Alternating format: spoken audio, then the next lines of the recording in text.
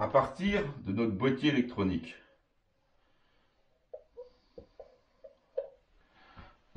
Nous avons, vous voyez, un courant dans le disque. Ce courant-là, il a une fréquence. Alors, c'est quoi la fréquence? La fréquence, c'est tout simplement un courant alternatif qui va avoir une certaine fréquence et un certain voltage. Le voltage, c'est la hauteur de la crête ici. C'est ce qu'on appelle l'amplitude.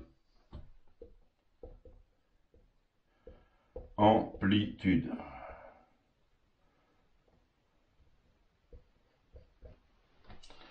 La fréquence, c'est quoi? C'est un cycle. Donc, je vais prendre une autre couleur. Ça peut être entre ici et ici.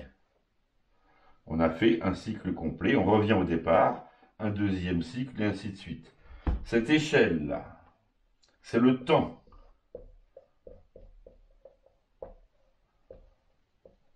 C'est l'échelle du temps.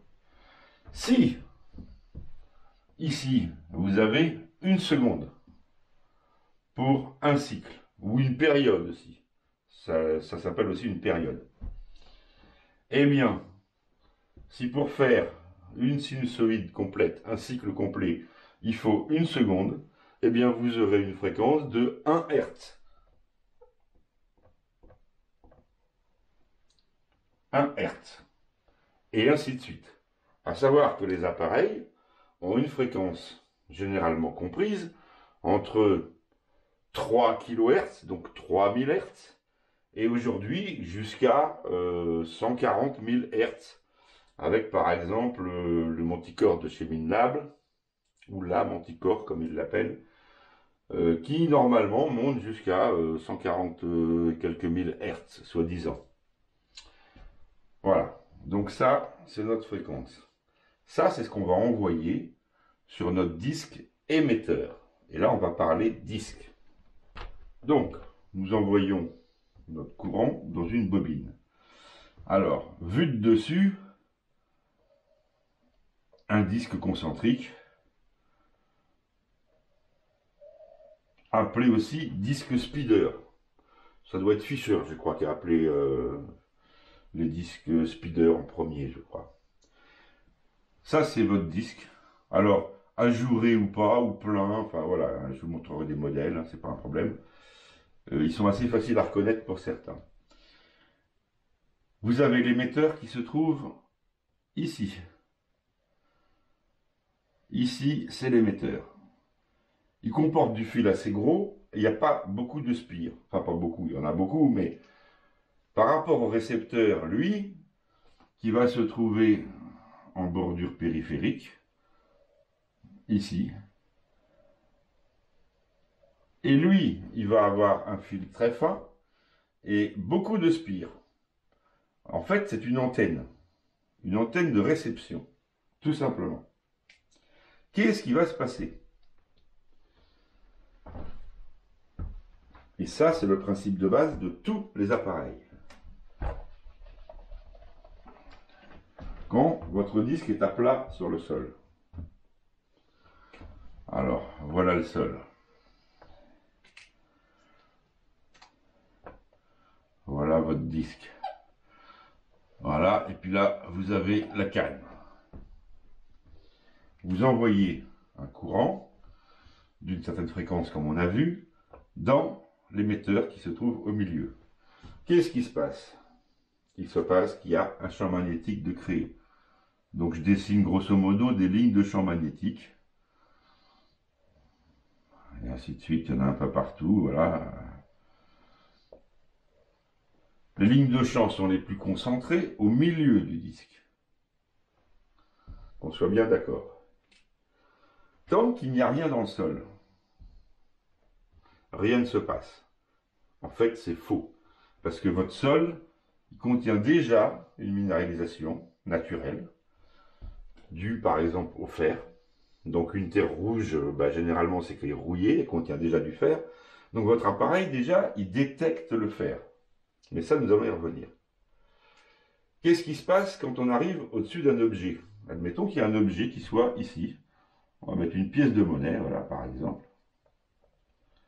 Bien à plat, facile à prendre, pas très profonde, qui coupe bien les lignes de champ et tout. Qu'est-ce qui va se passer? C'est que, n'oublions pas qu'ici, à la périphérie, nous avons notre bobinage de réception, le récepteur. Tant qu'il n'y avait rien, on va admettre qu'on n'avait rien sur le récepteur, ce qui est faux, hein. Mais c'est pour que vous compreniez. À partir du moment où on a un objet métallique dans le sol, et qu'on envoie un champ magnétique via une bobine qui est alimentée par un courant alternatif, donc qui crée un champ magnétique, cet objet métallique va induire un courant. Et ce courant, on va dire, voilà, il va être capté par le récepteur, par le bobinage récepteur. Parce que le bobinage récepteur, lui, on a dit, c'est une antenne. Il est très sensible.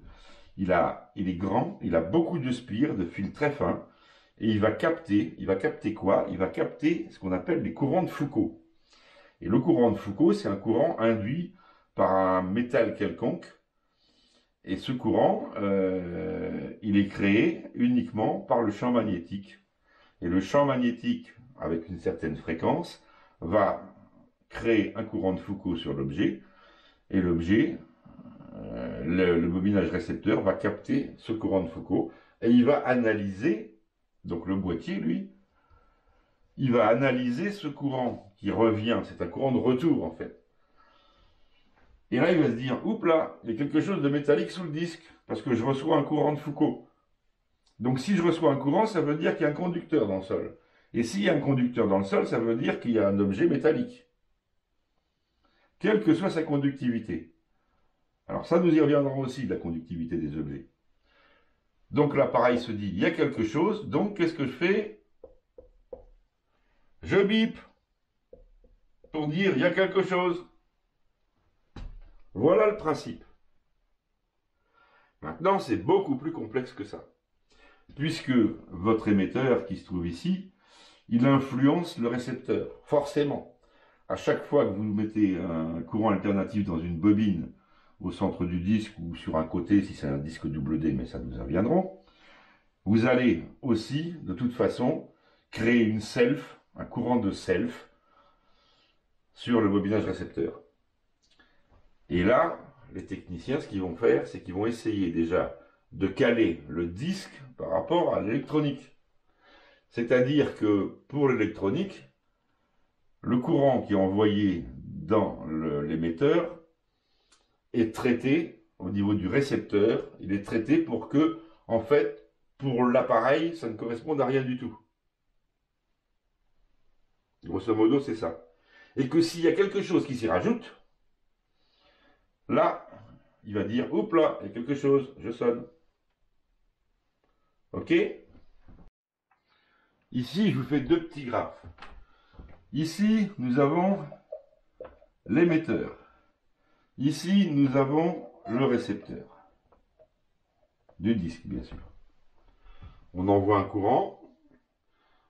Il y a une cible métallique. Qu'est-ce qui se passe?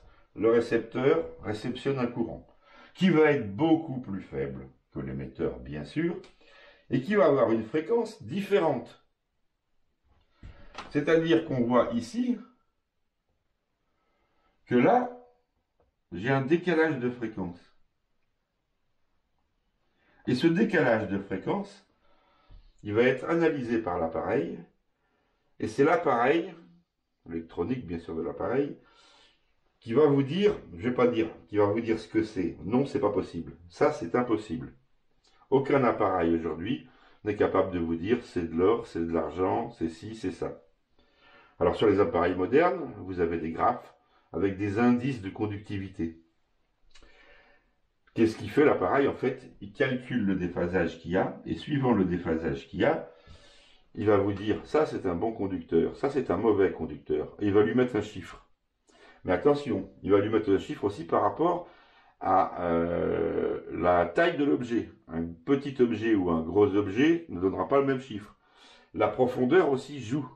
La minéralisation du terrain va jouer aussi. C'est pour ça que sur les appareils, vous avez un réglage de Grund balance, rejet des effets de sol, qui permet de caler l'appareil en premier lieu. On a énormément de chance puisque pour enlever le fer en fait dans le sol est le plus mauvais conducteur. Et le plus mauvais conducteur engendre un petit déphasage. Donc, jusqu'à une certaine valeur de déphasage, on va dire à l'appareil, tout ce qui est là, tu ne sonnes pas. Ça correspond à des ferreux. Tout ce qui est là, ce ne sont pas des ferreux. Donc là, tu vas sonner. Et maintenant, on arrive à des appareils qui sont, on va dire, plus ou moins intelligents. C'est-à-dire qu'on va pouvoir leur dire, bah tiens, d'ici à ici, ça correspond par exemple à une pull tab, comme ils disent. Une pull tab. Une capsule. Donc, si le déphasage ici correspond à une pull tab, dans le programme, maintenant dans les programmes des appareils, on peut aller chercher à quoi ça correspond, couper cette zone-là. Et ce déphasage-là, par exemple. Et ça ne sonnera pas. Mais attention, c'est que cette fameuse capsule, elle correspond forcément à autre chose. Quand j'allais au magasin, je faisais une démonstration, par exemple, aux clients, sur un paquet de cigarettes de Marlboro, puis c'est ce que je fumais à l'époque, et une alliance 18 carats de 3,1 grammes, je crois, quelque chose par là. Et nous avions le même son, le même indice. C'est-à-dire que si on voulait couper le paquet de cigarettes, on pouvait, sur certains appareils, c'était possible de couper le papier aluminium, on pouvait couper le paquet de cigarettes. Et prendre ce qu'il y avait avant et prendre ce qu'il y avait après. Seulement, la bague de 3,1 grammes, elle était exactement dans la réponse du papier aluminium et elle était coupée de la même manière. C'est pour ça qu'il est très dangereux de mettre des discriminations élevées, de mettre des discriminations sur des objets bien précis, de notcher. Le terme notcher, je vous montrerai sur un appareil, c'est-à-dire qu'on va couper aussi quelque chose de précis. Et maintenant, on va dire que sur les appareils, on est en multi-notch sur les appareils modernes. C'est-à-dire on peut faire des coupures où on veut, dans toute la plage de l'appareil. Donc on va pouvoir choisir, par exemple, tous les appareils qui ont des écrans, comme tous les Explorers de chez Minelab, les iTrack, Manticore, l'Equinox, le Deus, le Deus 2, tous ces appareils-là ont un écran digital où on va pouvoir aller chercher des chiffres bien précis et les éliminer. De différentes manières d'ailleurs. Après, c'est juste une question de pratique. Certains utilisent un graphe, c'est-à-dire certains, par exemple, comme chez Minelab, iTrack et compagnie, vous aviez un graphe comme ça, écran généralement bleu et bleu foncé. Puis vous avez par exemple toute une zone en bas, ici, toc, où tout ça, vous lui dites non, tout ce qui va avoir une réponse dans cette zone-là, vous sonnez pas. Par exemple, dans un endroit ici, ça correspond aux tirettes en aluminium. Donc, vous enleviez ce carré-là sur l'écran, et vous ne sonniez plus les tirettes en aluminium. Et vous pouvez sonner tout ce qui était à côté, qui avait des conductivités différentes. Mais, comme je vous dis, dans ce carré-là, il n'y a pas que des tirettes en alu. Il y a aussi des bagues en argent qui vont avoir la même conductivité et la même réponse que la tirette. Donc c'est un risque. Le mieux est de prospecter avec un minimum de discrimination. C'est-à-dire couper les ferreux le mieux possible. Mais des fois, il faut accepter un peu quelques gros ferreux pour avoir une bonne sensibilité. Parce que plus on va demander de rejet à l'appareil, plus on va perdre en performance de toute façon. Voilà. Donc, je pense que vous avez à peu près compris le principe de fonctionnement. On va en rester là pour aujourd'hui. Je vais vous mettre...